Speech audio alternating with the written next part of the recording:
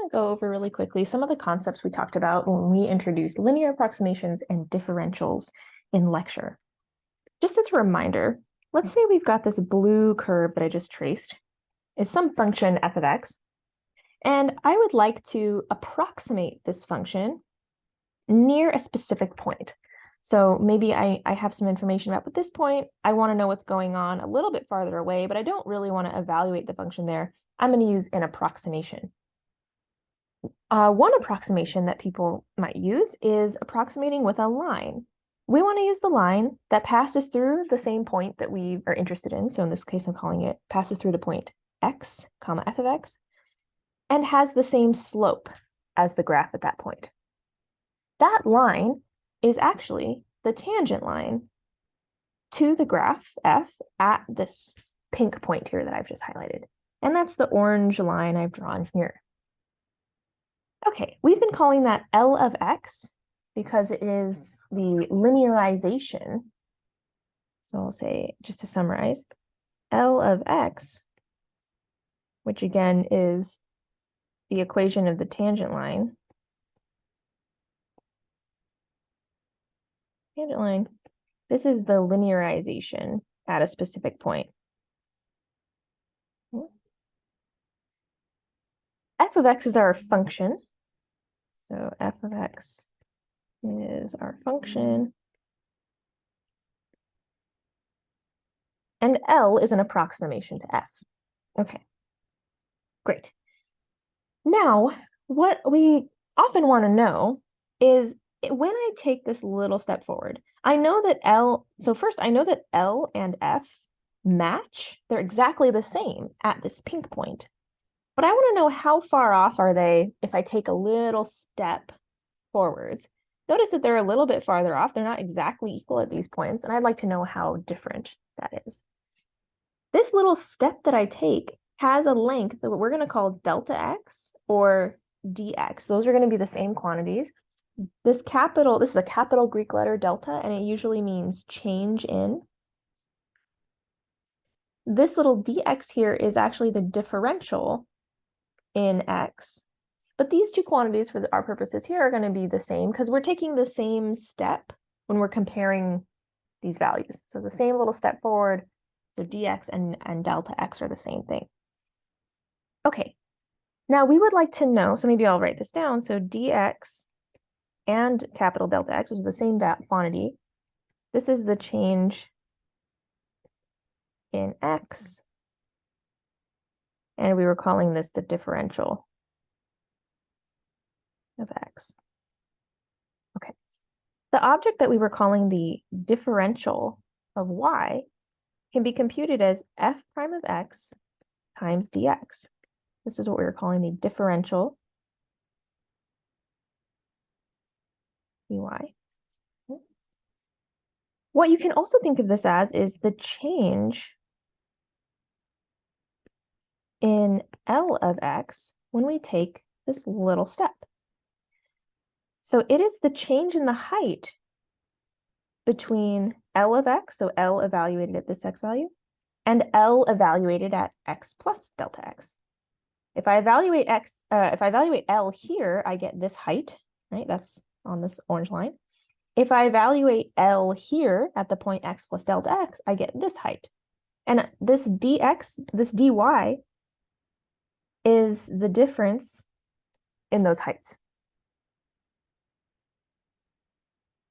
Delta y is not quite the same as our differential dy because there's this little gap here.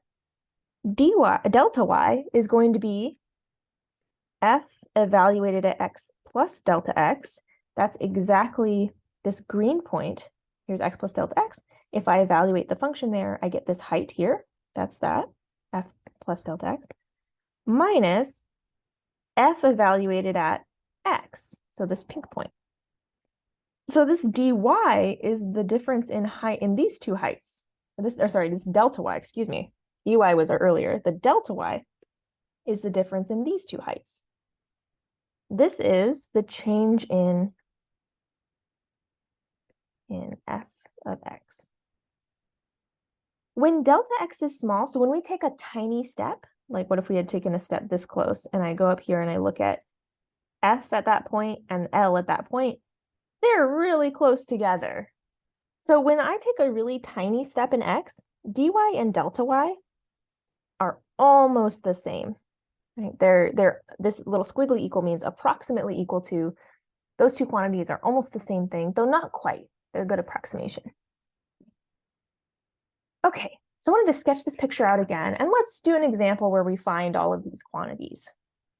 Hopefully I can maybe keep all of this on the screen, but just make it small. I'll just make everything small here.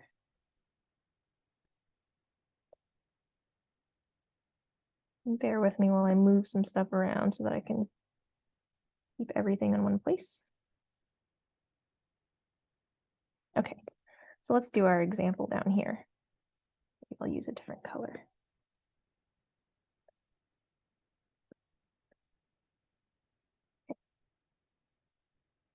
Let's consider the function square root of x. F of x equals square root of x. This first part, let's find dy, just the expression for our differential. So in this part of the problem, find dy, I'm going to compute this. dy equals f prime of x dx. That means I need to compute f prime. Okay. F of x, the square root of x is the same as x to the 1/2. So f prime of x is a half x to the 1/2 minus 1. This is going to be a half x to the negative 1/2. And if you'd like, you could rewrite that as 1/2 root x. Those are the same quantities. So when I go back over here to write down what the differential looks like, I'm going to say dy equals, then I write down the expression for f prime of x, and then I put the dx next to it. Okay, that's my answer for this first part. Find dy, that differential, that's what the differential is. It's f prime of x dx. We're all set for that part. Now, let's maybe do a little bit more. Let's find dy when x is 100 and dx equals 1. This type of question is just saying, use the expression we've already found here, the differential, and just plug in the values when x is 100 and dx is 1. Okay, we already found dy is this expression, so I just need to plug in 100 for x and 1 for dx. So I get 1/2 times 10, and that'll give me 0.05, or you could leave your answer as 1/20. That's fine. What is that telling us in this graph? Well, dy is the change in the height of our tangent line when we take our little step forward. So the difference in heights between this point and this point, this difference in height, is 0.05 or 1/20. Okay, now I want to do one more question here. So maybe I'll say this is our answer for this part. dy is 0.05. Let's also find delta y when x equals 100 and delta x equals 1. So notice I'm using the same, dx and delta x are the same here. X, and I'm looking at the same x value. But I want to find now, instead of the change in these two heights, I want to find the change in this green height and this pink height. So the change in height along f of x. Okay, delta y is f evaluated at the little step forward. So evaluated there, x evaluated at x plus delta x, minus f evaluated at the x value. So remember, f evaluated at x plus delta x means just take your little step and see what height you get in your function. F at x means just evaluate your function at x. Okay, so I'm going to evaluate f at Well, x is 100 and delta x is 1. So x plus delta x is 100 plus 1 minus f evaluated at x, which is 100. So I need to evaluate f at 101 and subtract f at 100.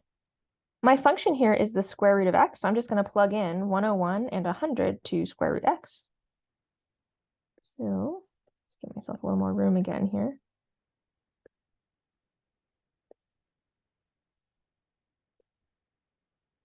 Okay. So I'm just going to plug in 101 and 100. So square root of 101 minus square root of 100. Here I'll need a calculator. And if you plug that in, you'll get 0.0 something, approximately 0.0499. And I'm using the approximate equals because there's more decimals back here, but I'm not writing them down. So we get approximately 0.0499. And notice that it's not quite the same value as we got for the differential dy, but they're very close because the delta x of 1 here is pretty small if you compare it to 100. Okay, just as a side note though, if this was an exam and I asked you to find delta y and we're not using calculators on the exam, you could just leave it like this. So I don't want you to worry about that. Okay, that's really all I wanted to sort of summarize about linear approximations and differentials. Let me know if you have any questions about that.